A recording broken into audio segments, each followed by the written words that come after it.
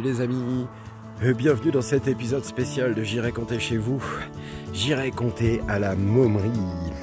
Alors, on est sur les routes comme vous voyez, on est rentré à peine il y a quelques jours, on a terminé la saison 2023 de J'irai compter chez vous il y a 2 jours à peine et on est déjà reparti. Pourquoi ? Parce que demain, dimanche, donc aujourd'hui samedi, sous ce cagnard incroyable, nous allons à Plouray.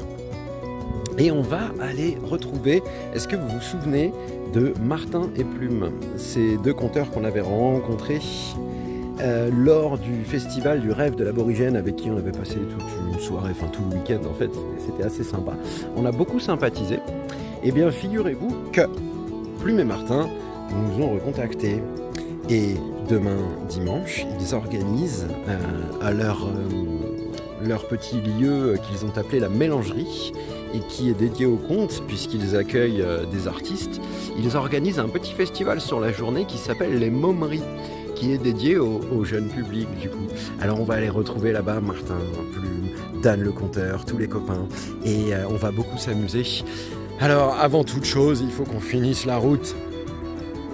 Parce qu'il fait très chaud, il y a très peu de voitures. Vous croyez qu'on va y arriver avant la nuit ?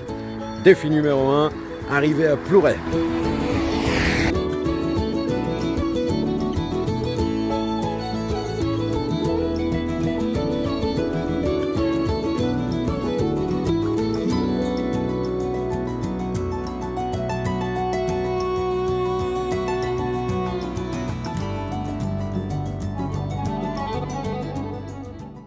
Et voilà les copains, on est arrivé à la mélangerie. Bienvenue. C'est écrit là.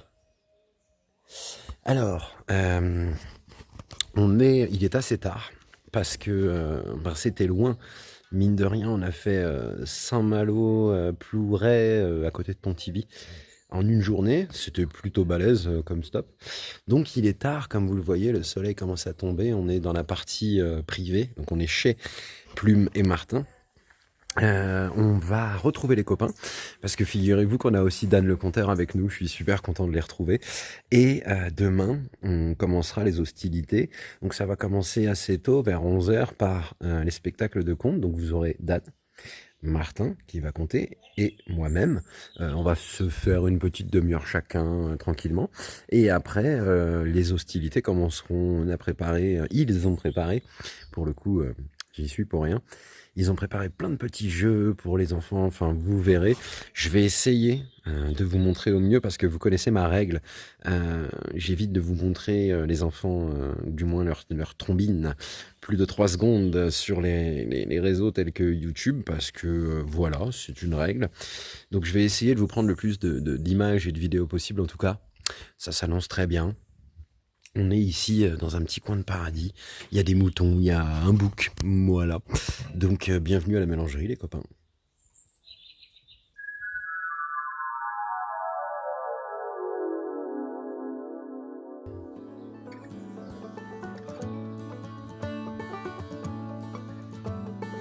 Bienvenue sur la scène.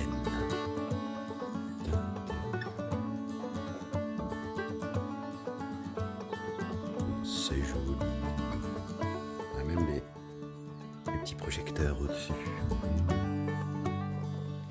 Oh, c'est le bâton du compteur. C'est pas Roger, c'est pas le mien pour une fois. Ok. On a rencontré son créateur au festival Rêve de l'aborigène cette année.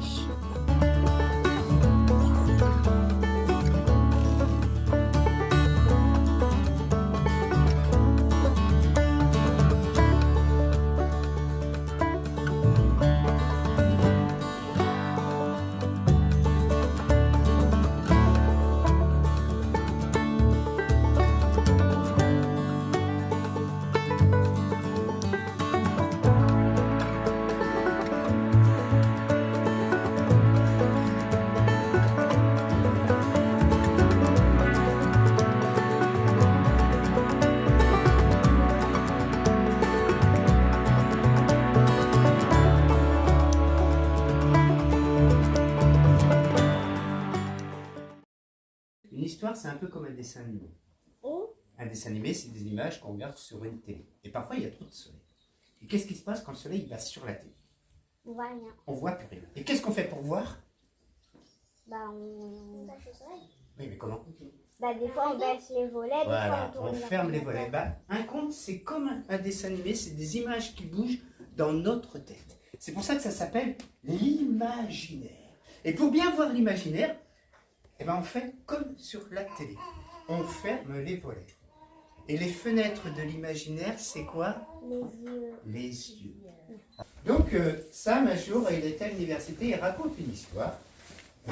Et cette histoire, je la trouve tellement belle que je l'écris sur un papier et je l'écris sur l'ordinateur.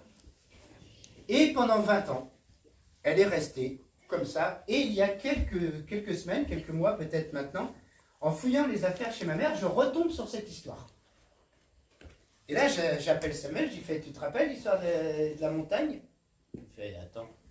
Et je lui rappelle, il me fait, oh, je l'ai complètement oublié cette histoire. Et j'ai réécrit l'histoire sur un fichier, je lui ai envoyé, je lui dis, mais moi ce qui m'intéresserait, ce serait de pouvoir la compter dans mes spectacles. Alors je voudrais te demander l'autorisation. Et là il m'a répondu, il m'a dit, mais tu fais ce que tu veux, parce que moi tes histoires, ça fait 20 ans que je les raconte et je t'ai jamais demandé l'autorisation. Et j'en suis très honoré. Donc l'histoire que je vais vous raconter, c'est l'histoire de Sam. Donc Samuel Villain, si vous avez l'occasion d'aller voir sur internet ce qu'il fait, il fait des grands spectacles avec des gros personnages et il fait, ouais, moi j'adore ce bonhomme. Donc c'est l'histoire des montagnes, l'origine de l'écho, je l'ai appelé. Parce que lui, il n'y avait pas de nom. Ouais, hein, d'accord avec moi. Ah bah oui. Ah ouais. Tu viendras un peu plus tard, hein, d'accord? Tu prendras ma place. Moi aussi, je suis très bavard. Et si tu es bavard, tu fais comme moi, tu choisis un métier où tu es payé à parler plus tard. Il y a très longtemps, mais bien avant,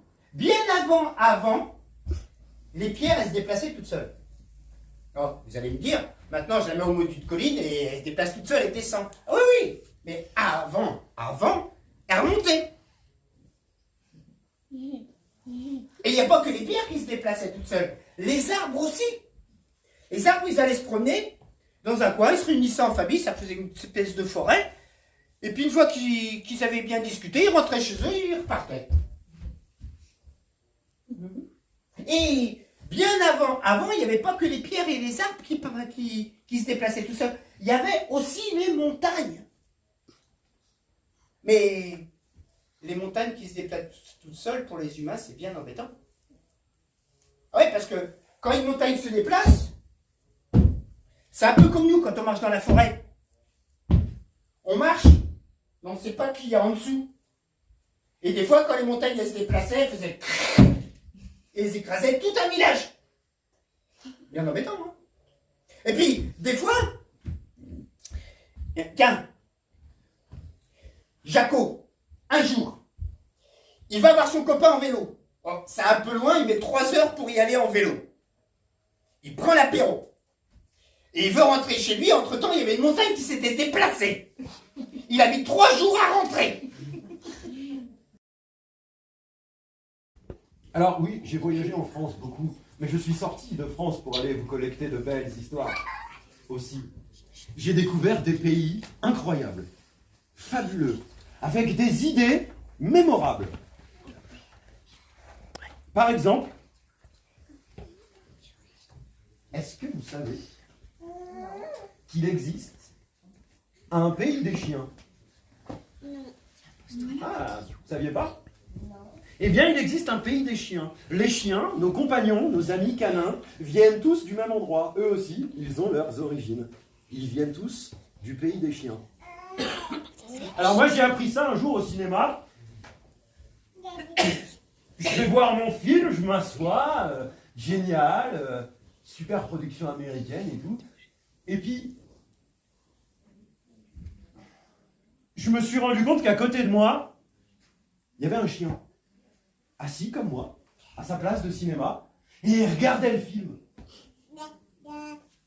J'avais l'impression qu'il comprenait le film. Quand il y avait des passages d'action, il était là, Quand il y avait des passages, des scènes d'amour, il était là. Il comprenait vraiment le film. Et j'ai même cru à la fin l'entendre pleurer. Il a versé sa petite larme avec nous. Mais c'est pas sûr. Alors, moi très curieux, en sortant de la salle de cinéma, je regarde où est le chien. Il était avec son maître. Eh bien, je vais vers eux. J'étais curieux, il fallait que j'en sache plus à propos de ce chien énigmatique. Alors je m'approche du maître et je lui dis, écoutez monsieur, votre chien est incroyable. Il a regardé le film avec nous. J'avais l'impression qu'il comprenait tout et même qu'il a apprécié le film. Le maître du chien m'a répondu, ah oui, je suis étonné moi aussi, parce qu'il n'a pas du tout aimé le livre.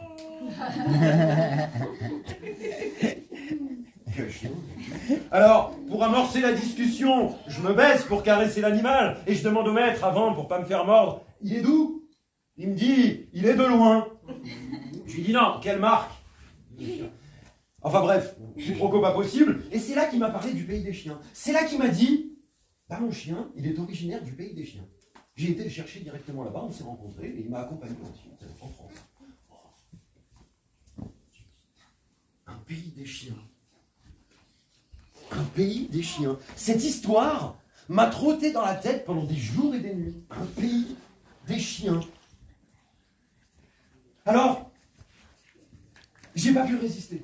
J'ai fait comme dans les histoires. J'ai mis la route sous mes pieds. J'ai été chercher le pays des chiens pour vous en raconter l'histoire. Parce que ce matin-là, les Indiens, ils se sont réveillés dans leur tipi. Ils ont soulevé la bâche du tipi, ils ont vu le soleil qui se levait, ils ont dit « Ah, ça, c'est un temps à aller à la chasse à l'ours. Aujourd'hui, on va chasser un ours. Mais attention, hein, pas un petit ours, un énorme ours, avec des grandes dents, des grosses pattes, des grandes griffes, un ours qui fait... Alors, ça fait très très peur quand même. Hein. Alors pour se donner du courage, les Indiens ils ont décidé de chanter une chanson. Ça fait comme ça. Nous allons à la chasse à l'ours, nous allons en prendre un très gros. Quelle belle journée, on n'a pas peur. Alors comme les Indiens ils chantent tous ensemble pour se donner du courage, vous allez chanter avec moi. D'accord? Ça va aller? Je vous sens motivé, il vous entendre. Nous allons à la chasse à l'ours, nous allons en prendre un très gros. Quelle belle journée, on n'a pas peur. Les Indiens sortent de leur tipi et ils vont dans la plaine. Ils marchent et ils arrivent à une grande prairie pleine d'herbe. Mais pas de la petite herbe haute comme ça, de la grande herbe, on en a au-dessus de la tête, on voit rien. Oh là là. On peut pas passer dessus. C'est juste les lances qui dépassent. Bah, c'est juste les lances qui dépassent et puis la plume sur la tête. On peut pas passer dessus. On peut pas passer dessous. Oh non. Il faut traverser.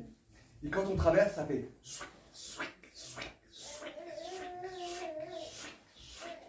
Ah, enfin de l'autre côté. Et les Indiens reprennent leur route. Nous allons à la chasse à l'ours, nous allons en prendre un très gros. Quelle belle journée, on n'a pas peur.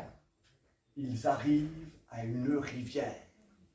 Mais pas un petit ruisseau de rien du tout, une grande rivière avec beaucoup de courant et plein d'eau.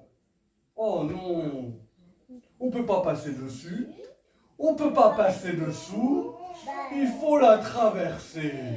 Et quand on nage, ça fait...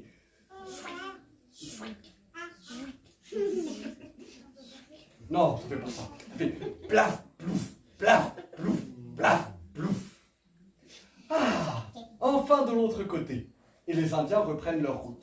Nous allons à la chasse à l'ours, nous allons en prendre un très gros. Quelle belle journée, on n'a pas peur. Ils arrivent à une forêt. Mais pas une petite forêt, une grande forêt noire avec de grands arbres qui ont des grandes branches griffues et plein d'animaux étranges. On ne peut pas passer dessus, On peut pas passer dessous. Oh non, il faut la traverser. Bienvenue au Momery. On va visiter.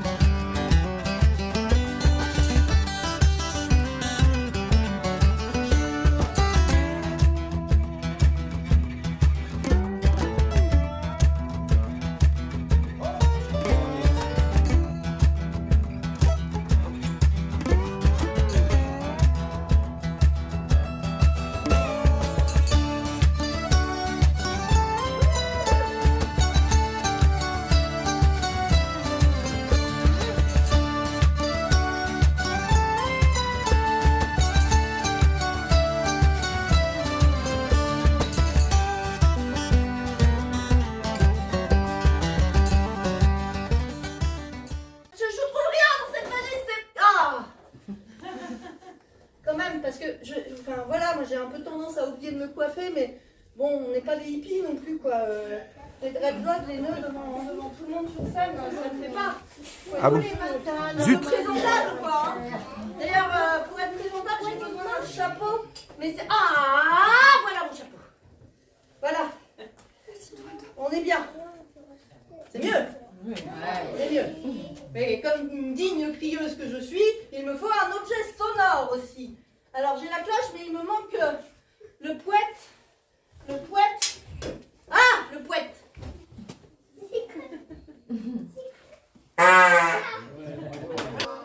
Non! Oh, c'est pas vrai! Si, bon, je suis sûr que vous en connaissez. Allez, je vous en propose une. Attention, peut-être qu'après c'est à vous, hein, mais dans la foulée. Natacha n'attacha pas son chat, Pacha qui s'échappa. Cela fâcha Sacha qui chassa Natacha. Je répète. Natacha n'attacha pas son chat, Pacha qui s'échappa. Cela fâcha Sacha qui chassa Natacha. Alors la deuxième plus facile, elle est plus facile. Dis-moi gros gras grand grain d'orge, quand donc te dé gros gras grand grain d'orge auras-tu? Je me dé gros gras grand grain d'orgerai, quand tous les gros gras grands grains d'orge se dé gros gras grand grain d'orgeront. Frère. Et là d'un coup, 2, 3, 4, les doigts, tous, qui lâchent d'un coup, les frères, balaboum, tout au fond du puits. Entremêlés. C'était pas gros là-dedans. Heureusement, ils avaient de l'eau que jusque-là. Ils se sont pas noyés, mais ils étaient emmêlés, entremêlés, empourbés, un vrai tas, une espèce de monstre informe, avec des bras et des jambes partout, des têtes, et puis ils étaient tellement emmêlés comme ça les uns dans les autres, qu'ils ne savaient plus où étaient leurs bras, où étaient leurs jambes, où étaient leurs têtes. Ils ne savaient pas comment faire pour se démêler. L'aîné, il a eu une idée. Enfin, une idée. Il a pris sa ceinture, il avait un bras de libre, il savait que c'était le sien. Avec sa ceinture, il a défait et il l'a utilisé comme un fouet. Chac sur une jambe. Aïe! C'est à moi! C'est bon! Je l'ai récupéré! Chac sur une main! Ah, c'est la mienne! C'est bon, elle est à moi! Et schlac sur un pied! Et schlac sur une tête! Et schlac sur un ventre! Et de schlac en schlac, de aïe en aïe, et bah, ils se sont démêlés comme ça. Ils se sont retrouvés avec deux jambes, deux bras. C'est bien mes bras. Ma tête, à l'endroit. Je mets les pieds dans l'eau. Tous les 7, debout, dans le puits, au fond du puits. Ah!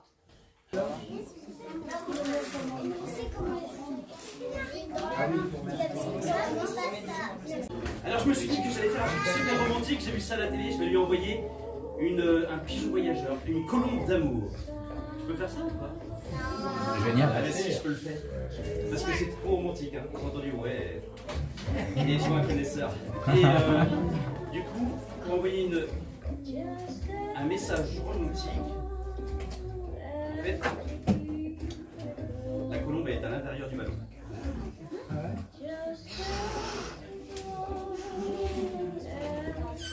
Vous l'entendez ou pas? Elle est là, elle a des choses à dire. Et je vais prendre la colombe d'amour et je vais prendre un petit truc, un plateau comme ça. Et grâce à ce ballon magique, ce qui est génial, c'est qu'on a juste à compter jusqu'à 3. 1, 2, 3. Les amis, regardez qui j'ai avec moi. Oh. Alors le spectacle était génial, je vous en ai montré qu'un bout, mais on a ri du début à la fin. Donc mon ami, où est-ce qu'on peut te trouver? Parce que...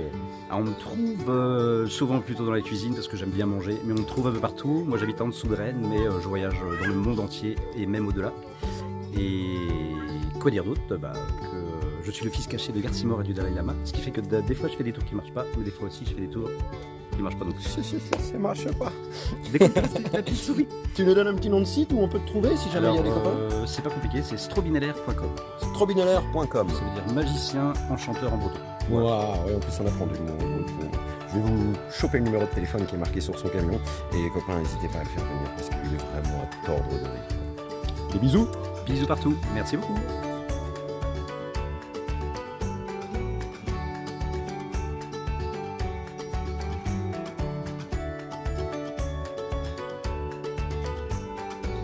Regardez qui j'ai avec moi les copains.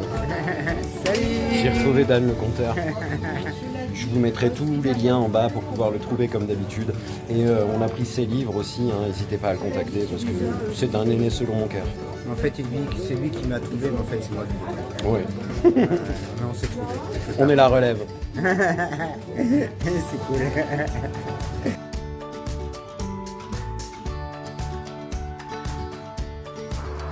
Et voilà les copains, les mômeries, c'est fini pour cette année.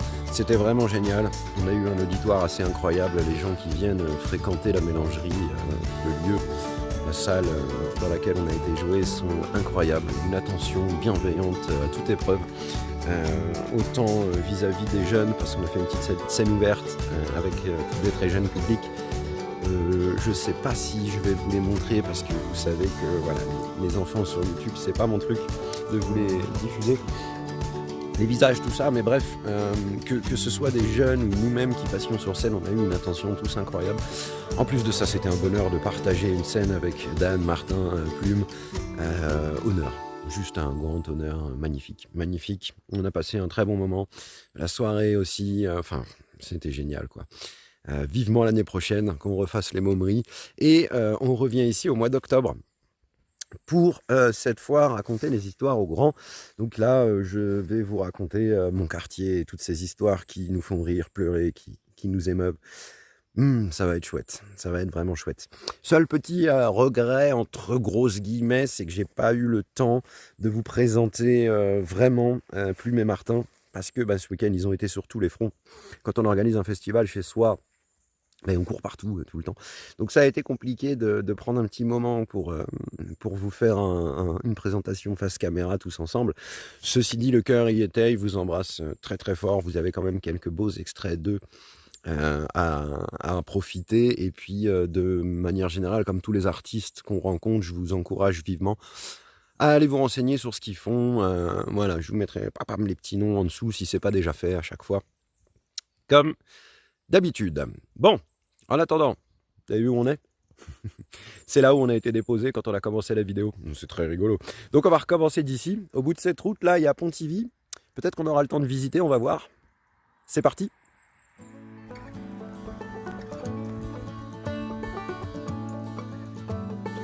On a passé une étape. Oh, c'est moche les poubelles derrière. On va faire comme ça.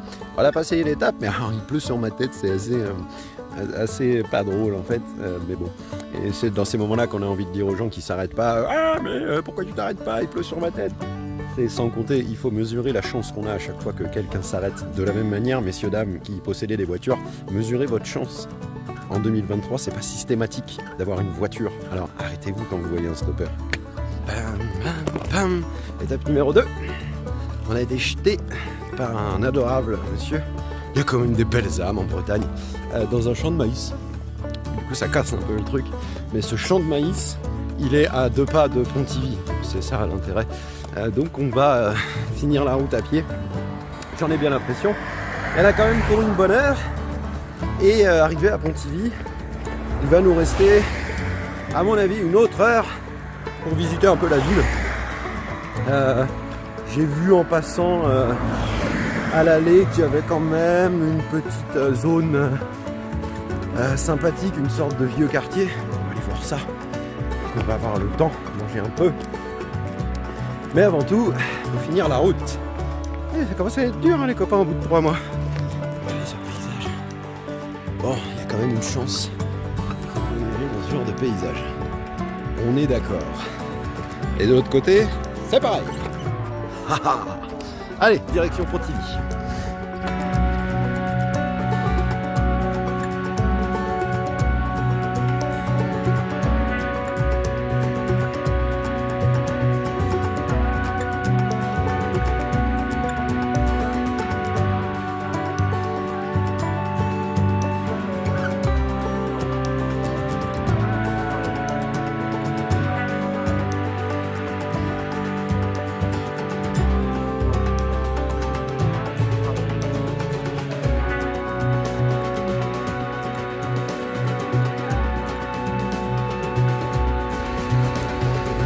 Je comprends pourquoi en Bretagne la police, on l'appelle la police. Parce que du coup en breton c'est tout de suite beaucoup moins crédible. La police.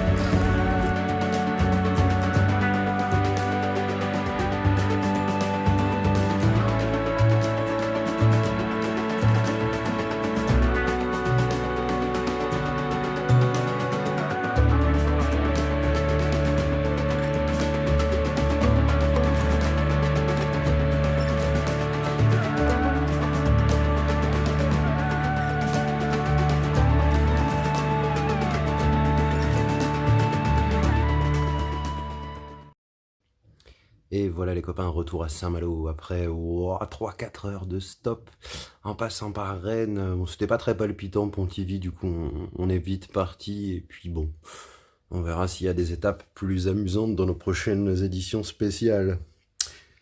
D'ailleurs, prochaine édition spéciale pour Halloween. Alors là je vous dis rien, ça va être vraiment sympa. Donc on ira... Je vous dis rien, ce sera vraiment cool. Prochain épisode spécial à Halloween, et puis en attendant, bien sûr, il y aura 2-3 petites choses sur cette chaîne, notamment à propos de tout ce qui se passe derrière moi. Vous verrez aussi, ça fera plein de surprises comme ça, et puis surtout, il va falloir que je me repose un peu, hein, parce qu'au bout d'un moment, 3 mois, on repart tout de suite, ça s'arrête plus, enfin bref. En tous les cas, les copains, merci de nous avoir accompagnés pour cet petit épisode spécial. Merci à tous ceux qui suivent, qui partagent, qui commentent, qui font... Vous connaissez les formules, tout ça. Merci du fond du cœur à tous ceux qui participent via la page Tipeee, parce que ça, c'est d'une aide vraiment très précieuse.